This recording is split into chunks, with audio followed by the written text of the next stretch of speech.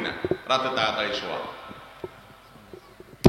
ডাক্তাররাও বলেন যে রাতে 10টা থেকে 2টা পর্যন্ত এই টাইমের ঘুমটা স্বাস্থ্যের জন্য খুব ভালো। এই টাইমের ঘুম বডিতে ইমিউনকে স্ট্রং করে, মানুষের রোগ প্রতিরোধ ক্ষমতাকে বৃদ্ধি করে। অথচ আমাদের দেশের বাস্তবতা কি ভাই? গ্রাম বলেন আর শহর বলেন, রাত 8টা 9টার পরে তো আমাদের দিন শুরু হয়, ঠিক না ভাই? ঠিক, দিন শুরু হয় মানে আমাদের কাজ কাম, আড্ডাবাজি, যত রকমের টক শো, মিষ্টি শো আছে, যত রকমের আলাপ আলোচনা আছে, এশার নামাজটা একটা বোঝা। এটা শেষ করে ফেলতে পারলে এরপরে আমরা জামা কাপড় খুলে লুঙ্গি টুঙ্গি পরে আমরা আমাদের ডাইনিংয়ে বা ড্রয়িংয়ে আমরা আরামের সাথে বসে রিমোটটা হাতে নিয়ে এবার দেশ বিদেশের খবর, সেটা নিয়ে ঘরোয়া টক শো, আর মোবাইলে, ফেসবুকে, ইউটিউবে আমরা বিভিন্ন আপনার স্ক্রল করতে করতে করতে রাত 12টার আগ পর্যন্ত আমাদের ঘুম আসে না, ঠিক না ভাই? ঠিক। ওই যে মসজিদে ফজরে মুসল্লি কম দেখেন, কারণ কোনটা? কারণ হলো এইটা, নবী করিম সাল্লাল্লাহু আলাইহি সাল্লামের একটা সুন্নাত আপনি ছেড়ে দিলে বহু সুন্নাত এমনি ছুটে যাবে, আপনি চাইলেও আর করতে পারবেন না। যেহেতু রাতে তাড়াতাড়ি শোয়ার সুন্নাত বিদায় হয়ে গেছে, আমরা এটার উপর আমল করি না। এই জন্য ফজর আমরা চাইলেও পড়তে পারি না। যারাও পড়ি তারাও কি পড়ি কিছু জানি না, আন্দাদুন্দা শুধু হাতাইতে হাতাইতে পড়ি, কারণ পড়ে এসে আবার মরার মতো ঘুম দিতে হবে। সকালের ঘুম এটা প্রশংসনীয় ঘুম না। অসুস্থ মানুষ, রাতভর কোনো কারণে কাজ করতে হয়েছে, তিনি ঘুমাবেন, ভিন্ন কথা। কিন্তু আমরা বেশিরভাগ মানুষ এখন অভ্যস্ত হলাম যে সকালের ঘুম তো যাইতেই হবে, ঠিক না ভাই? ঠিক। কাইলুলা হলো সুন্নাত, দুপুরের ঘুম সেটা নাই। খেয়াল করেন সুন্নত গুলো কিভাবে একটা একটা করে সমাজ থেকে দূরে সরে। রাতে তাড়াতাড়ি শোয়া সুন্নত, সেটা নাই। সকালে জেগে থাকা সুন্নত, সেটাও নেই। আবার দুপুরে ঘুম, সেটাও নেই। মানে সব উলট পালট। দুপুরে ঘুমানো সুন্নত, তখন আমরা ধুমসে কাজ করি। আর সকালে জেগে থাকা সুন্নত, তখন আমরা ধুমসে ঘুমাই। সন্ধ্যায় তাড়াতাড়ি ঘুমাইতে হবে, তখন আমরা জেগে থাকি। ভোরে তাড়াতাড়ি উঠতে হবে, তখন আমরা ঘুমায় থাকি। পুরো লাইফস্টাইলটাকে শয়তান এমন ভাবে করেছে যে কোনোভাবে যেন জান্নাতে আমরা যেতে না পারি। এটা যদি আমরা বুঝতে পারি এবং সেটাকে আমলে আনতে পারি, তাহলে কাজ হবে। আমার কথা ঠিক বললে লাভ নেই। আমল করার চেষ্টা করবো তো ইনশাআল্লাহ। আমি বহু দিনদার, বহু এমন মুসলমানকে বলে দেখেছি যে দিনের সব বিষয় পালন করার চেষ্টা করে, মাশাআল্লাহ। 5 ওয়াক্ত সালাত আদায় করেন, হালাল হারাম বাজ, অনেক নেক মানুষও পারে না। আবার কিছু মানুষ দেখেছি আলহামদুলিল্লাহ, তারা এই সুন্নতকে জিন্দা করেছে। এসার পরে তাদের জগৎ বন্ধ হয়ে যায়, মোবাইল অফ হয়ে যায়, তারা ঘুমায় পড়ে। দিন দুনিয়া দুইটার কল্যাণ হয়। ভাইরা আমার, রাতে তাড়াতাড়ি শোয়া এটা নবী করিম সাল্লাল্লাহু আলাইহি সাল্লামের এমন আমল ছিল, এই আমলের খেলাফ তিনি করতেন না সচরাচর। আর সকালের যে টাইমটা, ফজরের পরের টাইম, ভোরের সময়, এই সময়ের জন্য তিনি দোয়া করতেন, আল্লাহুম্মা বারিক লি উম্মতি ফি বুকুরিহা। আল্লাহ, সকালবেলার সময়টা, ভোরবেলার সময়টাতে আমার উম্মতকে আপনি বরকত দিয়েন। নবীজি বরকতের দোয়া করছেন। ও ছাত্র ভাই, রাত 12টা পর্যন্ত না পড়ে রাতে তাড়াতাড়ি শুয়ে যান, ভোর রাতে উঠে পড়া ধরেন, দেখবেন পড়াতে বরকত হবে, কারণ নবীজি দোয়া করে গেছেন। ও দোকানদার ভাই, রাতে গভীর রাত পর্যন্ত দোকানদারি না করে, বাজারে ঘোরাফেরা না করে, ও চাষি ভাই, রাতে গভীর রাত আড্ডা না মেরে সকালবেলা যদি কাজে যান, তো নবী সাল্লাল্লাহু আলাইহি সাল্লাম সকালবেলার এই সময়ের জন্য বরকতের জন্য দোয়া করছেন। আর আমরা ঘুমায় থাকি, তখন আমার ঘুমের ভিতরে অলসতার মধ্যে বরকত হয়, আমাদের জিন্দেগিতে কোনো বরকত নাই। এই তিনটা কথাগুলো আল্লাহ তাআলা আমাদেরকে হজম করার তৌফিক দান করুন। আমল করবেন তো ইনশাআল্লাহ? পাক্কা নিয়ত করেন। একদিনে পারবেন না, আস্তে আস্তে চেষ্টা করেন। আপনি রাত্রে তাড়াতাড়ি শোয়ার আমল করেন, আমি চ্যালেঞ্জ দিয়ে বলতে পারি আপনি ইনশাআল্লাহ অচিরেই তাহাজ্জুদ গুজার হইতে পারবেন। তাহাজ্জুদের আমল আলেমদের থেকেও বিদায় নিয়ে গেছে, আমাদের থেকে বিদায় নিয়ে গেছে, সাধারণ মুসলমানদের মধ্যে থেকে বিদায় নিয়ে গেছে। অথচ কোন মানুষ আল্লাহর সাথে ঘনিষ্ঠ সম্পর্ক করতে চায়, আল্লাহর খুব কাছাকাছি যেতে চায়, আল্লাহর খুব নৈকট্য অর্জন করতে চায়, আল্লাহর খুব প্রিয় পাত্র হতে চায়, আর তাহাজ্জুদ পড়ে না, এটা কোনোদিনই সম্ভব হতে পারে না।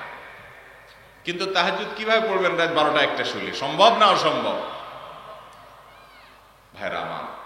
তাহাজ্জুদের সালাত যদি আপনি পড়তে চান, নামাজ পড়তে চান, সন্ধ্যা রাত্রে তাড়াতাড়ি শুয়ে পড়েন। এমনকি রাতের খাবারটা পর্যন্ত এশার নামাজের আগে খাওয়া উত্তম, ভালো সুন্নাহ, যাতে করে এশার পরে আর কি না থাকে, খাবারের জন্য কোনো ঝামেলা। দেখেন নবী করিম সাল্লাল্লাহু আলাইহি ওয়াসাল্লামের সারা জিন্দেগীর লাইফস্টাইল ছিল এটা, সারা জিন্দেগীর লাইফস্টাইল। এশার আগে খেলে কি লাভ হয় দেখেন, আমরা সাধারণত কি করি, এশার নামাজ পড়ে বাড়িতে যেয়ে জামা কাপড় খুলে টেলিভিশনটা অন করে টক শো, মিষ্টি শো দেখতে দেখতে আমরা এবার আস্তে ধীরে খাই, খাইয়া এরপরে ধপাস করে শুয়ে যায়, যার কারণে পেটগুলো বাড়তে থাকে, চর্বি বাড়তে থাকে, স্বাস্থ্য ধ্বংস হয়, ইমিউন নষ্ট হয় শরীরে। আর যদি আপনি সুন্নত অনুযায়ী এশা এবং আশা দুইটা যখন একত্র হবে, আশাটাকে আগে করবেন, আশা মানে রাতের খাবার, এটা যদি আগে খান, এরপর যদি এশা পড়েন, আপনি খাওয়ার পরে হেঁটে হেঁটে মসজিদে যাবেন, 4 রাকাত ফরজ, 2 রাকাত সুন্নত, 3 রাকাত বিতির, কমের পক্ষে এই নামাজগুলো যদি আপনি পড়েন, কয়বার উঠবস হবে, আপনার এই খাবারগুলো হজম হবে কি হবে না? এরপরে আপনি যখন আবার বাসায় আসবেন, হেঁটে গেলেন, হেঁটে আসলেন, যদি 2 তলা 3 তলা হয় তাহলে সিঁড়ি ভাঙলেন, তাহলে আপনার পুরো খাবারগুলো হজম হবে কি হবে না? এরপর আপনি যখন ঘুমোতে যাবেন, এই ঘুমটা হবে আপনার জন্য স্বাস্থ্যকর। এখন ডাক্তাররা বলেন খাইয়াই শুয়ে পড়েন না, ওলামা একরাম আগে থেকে বলতেন চেহেল কদমি করেন, একটু হাঁটাহাঁটি করেন খাওয়ার পরে, যাতে হজম হয়। সুন্নাহর ভিতরে কল্যাণ আছে, সুন্নাহ না মানার ভিতরে কোনো কল্যাণ নাই। আল্লাহ তাআলা আমাদেরকে আমল করার তৌফিক দান করুন। ভোর রাতে যখন আমরা ফজরের জন্য উঠব, তার আগে শয়তান আমাদের কপালে গিরা দেয়, গিরা। আপনারা হাদিস শুনেছেন, নবী করিম সাল্লাল্লাহু আলাইহি সাল্লাম বলেছেন, মানুষ যখন শোয়, মুসলমান যখন শোয়, ইমানদার যখন শোয়, তখন তার কপালে 3টা গিরা দেয় ইবলিসে। এই গিরাগুলো দেখা যায় না, অদৃশ্য গিরা শয়তানে দেয়। সেই যে গিরাগুলো দেয়, এই গিরাগুলো দেওয়ার উদ্দেশ্য হলো তাকে আলস্য সৃষ্টি করা, অলসতা সৃষ্টি করা। আর কপালে কেন গিরা দেয় আল্লাহ ভালো জানে। তবে যে আকুপ্রেশার, আকুপাঞ্চার যে ট্রিটমেন্ট পদ্ধতি আছে, মানুষের শরীরের বিভিন্ন জায়গায় মাসাজ করে করে যে ট্রিটমেন্ট করা হয়, এই ট্রিটমেন্টের একটা পলিসি হলো, সিস্টেম হলো, যার ঘুম আসে না তার এই কপালে মেসেজ করলে ঘুম আসে। আপনি নিজে দেখেন, আমি বহু দেখছি, যখন ঘুম আসবে না, বাচ্চাদের বিশেষ করে ঘুম আসে না, বা আপনার অন্য কারোর ঘুম আসে না, কপালে বিশেষ করে ভুরুরির এখানে মেসেজ করলে চোখটা আস্তে করে বন্ধ হয়ে আসে।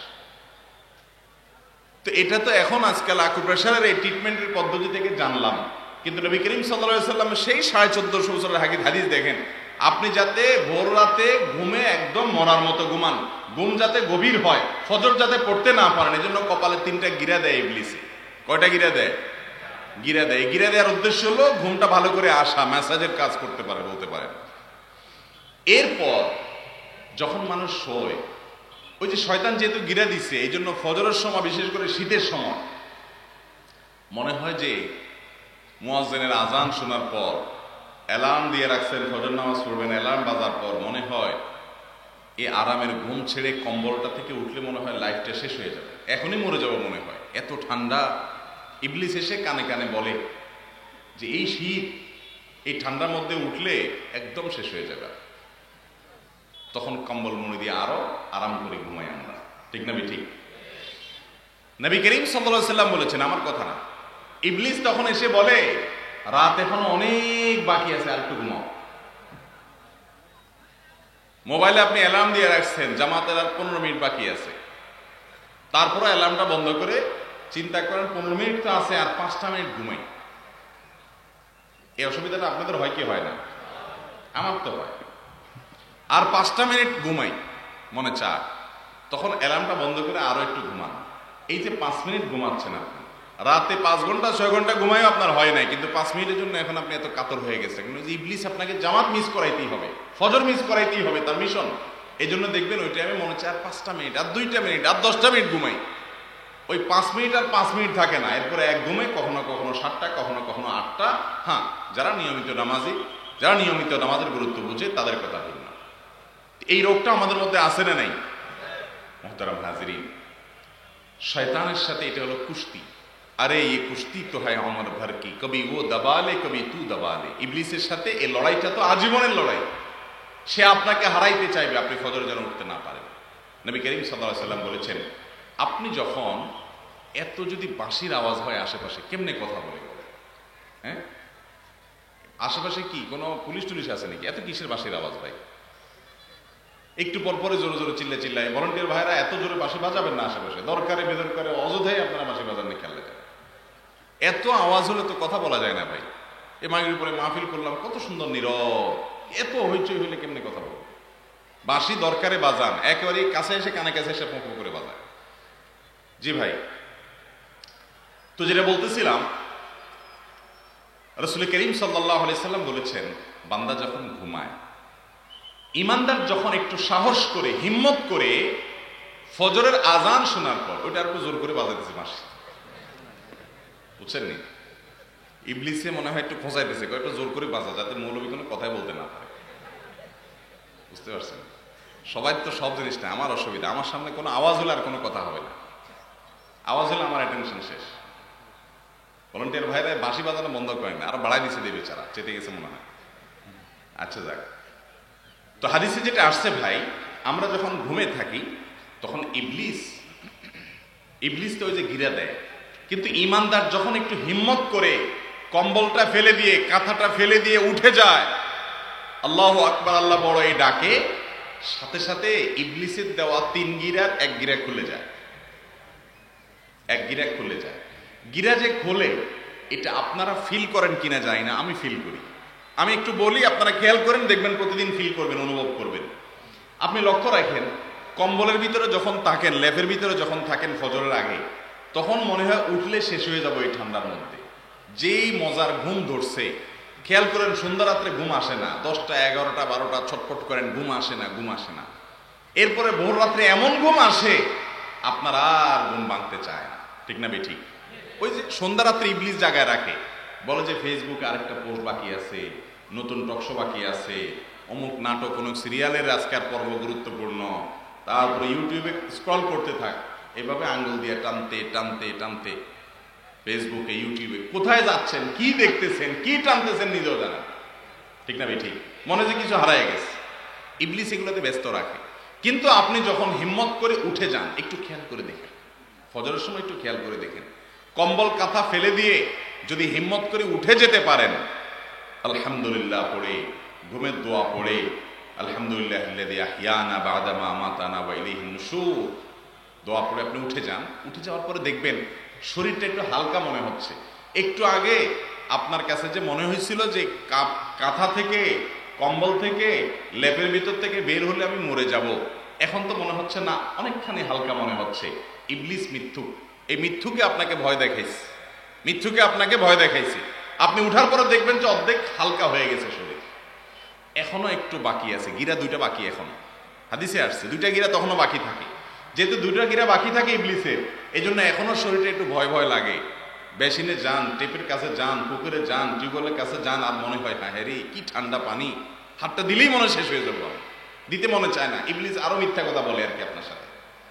তখনও আপনি যদি হিম্মত করে বিসমিল্লাহ বলে টেপে হাত দিয়া ওযু শুরু করে দেন, ওযুটা যদি শেষ করতে পারেন, শরীরটা দেখবেন আরো পাতলা হয়ে গেছে, গিরা আরেকটা খুলে গেছে, সেজন্য ফিল করবেন যে গিরা খুলে গেছে, শরীর পাতলা হয়ে গেছে, আরো একটা গিরা বাকি আছে। এবার ইবলিস বলে, ওযু টুজু করলাম বুঝলাম, কিন্তু মসজিদ পর্যন্ত যাইতে যে কুয়াশা